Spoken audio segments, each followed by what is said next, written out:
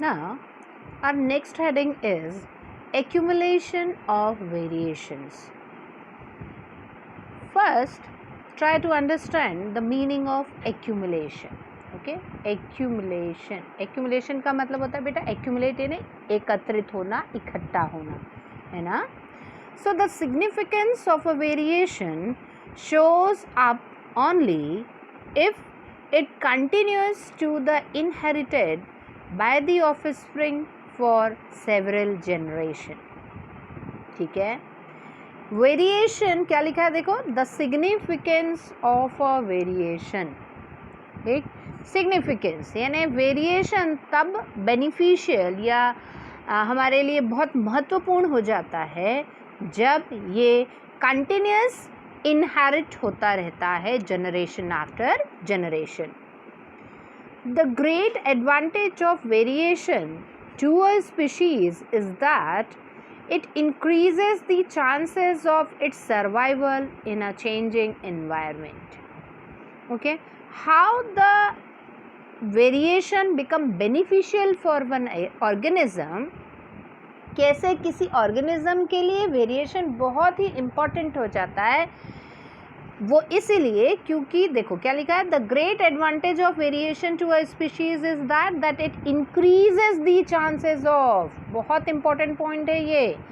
It increases मतलब जब लगातार वेरिएशन होते चले जाते हैं. देखिए बेटा वेरिएशन कब हो रहा है ना, अगर हम बात करेंगे, आप थोड़ा सा ना ब्रॉड वे पे इस चीज़ को समझते हैं. देखो इस धरती पे जीवन की शुरुआत हुई है पानी से. ठीक है, पहला लिविंग ऑर्गेनिज्म का ओरिजिन वाटर से हुआ है ना. और आज के समय में हम जानते हैं एक्वेटिक भी है, टेरेस्ट्रियल भी है और जेरिक भी है ना. मतलब पानी से हुई शुरुआत और टेरेस्ट्रियल हैबिटेट के भी आज ऑर्गेनिज्म है और जेरिक कंडीशन के भी हैं, है ना. तो ये कैसे हुए, यही तो वेरिएशन हुआ. अगर वेरिएशन नहीं होता तो अब तक क्या होता, सब एक्वेटिक, सारे ही एक्वेटिक होते ना. लेकिन चेंजेस हैं. तो ये जो चेंजेस आए हैं वो कैसे आए भाई, देखो जैसे जैसे परिस्थितियाँ, क्या हम देखो सबसे अच्छा एग्जांपल यही समझो बेटा, क्या आज के पहले कभी आपने सोचा होगा कि अपनी इस तरह की ऑनलाइन क्लासेस होगी जो हम फेस टू फेस इंटरेक्ट करते थे, अब इन मोबाइल्स के थ्रू करेंगे इंटरेक्ट. हम इस तरह के कभी वीडियोस बनाएंगे और आपको बोलेंगे कि आप इनको देखो और समझो, है ना. होती है ना बात. अब क्या हो रहा है देखो, आप और हम कितने यूज्ड टू हो गए हैं, कितने डिपेंडेंट हो गए हैं इन चीज़ों को लेके हुआ. लेकिन इस दौरान हम बहुत सारी चीज़ें सीख भी रहे हैं, सीख रहे हैं ना. इसका मतलब जो जो चीज़ें हम सीखते चले जा रहे हैं वो क्या होते जा रहा है, वो हमारे में इम्प्रूवमेंट ला रहा है ना.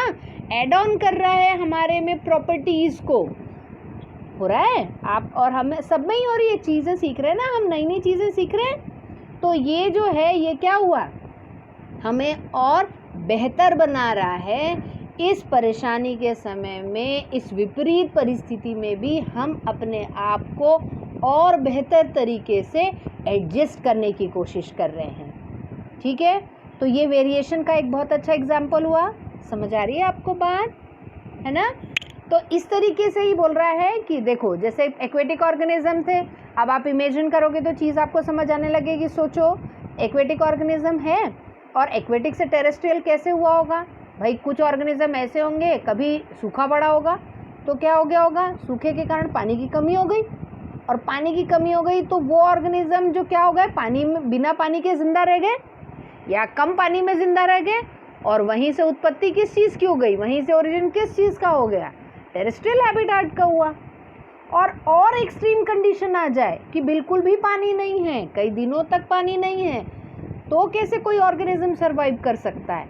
तो इससे किसका ओरिजिन हुआ होगा, जेरिक कंडीशन का.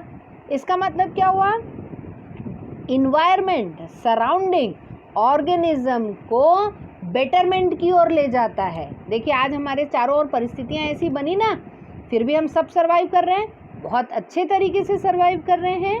तो ये क्या हुआ, ये एडजस्टमेंट करता है. कोई भी ऑर्गेनिज्म अपने सराउंड में होने वाले चेंज में एडजस्ट करने के लिए खुद में जो परिवर्तन करता है ना, वही क्या कहलाते हैं, वो ही इनहेरिट होते चले जाते हैं और वही वेरिएशंस बनते हैं। ठीक है, समझ आ रहा है आपको? चले नेक्स्ट की ओर। तो ये समझ आ गया कि वेरिएशन क्या करता है किसी भी ऑर्गेनिज्म को, increases the chances of its survival in changing environment. Okay, चलो नेक्स्ट स्लाइड की ओर चले। क्या है? Important terms. बहुत इम्पॉर्टेंट टॉपिक है ये, है ना। हम एक काम करते हैं, ये स्लाइड मैं आज आपको दे रही हूँ, ठीक, आप इनको पढ़िएगा। टर्म्स हैं chromosomes, genes, dominant gene, recessive gene, genotype, phenotype, first filial generation, second filial generation. ठीक, कल दोबारा से मैं इसी स्लाइड से शुरुआत करूँगी। आज आपको ये कंटेंट दे रही हूँ, आप इसको अच्छे से पढ़िएगा। कल मैं इसको आपको फिर से एक्सप्लेन करूँगी। ये आपका होमवर्क है कि आपको ये सारे इंपॉर्टेंट टर्म को क्या करना है, रीड करना है और समझने की कोशिश करना है। ठीक है, ओके।